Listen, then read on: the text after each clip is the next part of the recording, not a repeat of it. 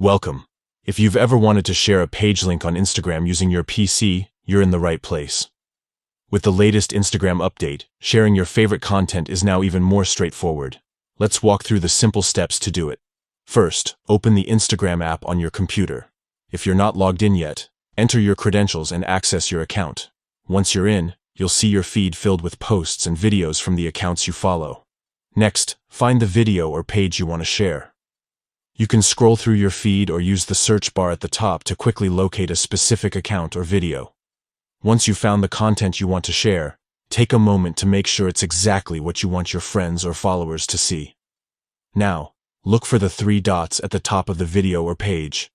These dots are usually stacked vertically and are easy to spot. Click on them, and a menu will appear with several options. From this menu, select the option that says Share To. This will open a new window where you can choose how and where you want to share the link. Instagram gives you several choices, such as sending the link through direct messages to specific friends or posting it to your own story so all your followers can see it.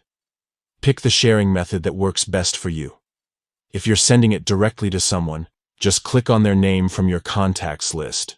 If you're posting to your story, you can customize it with text, stickers, or other creative touches before sharing.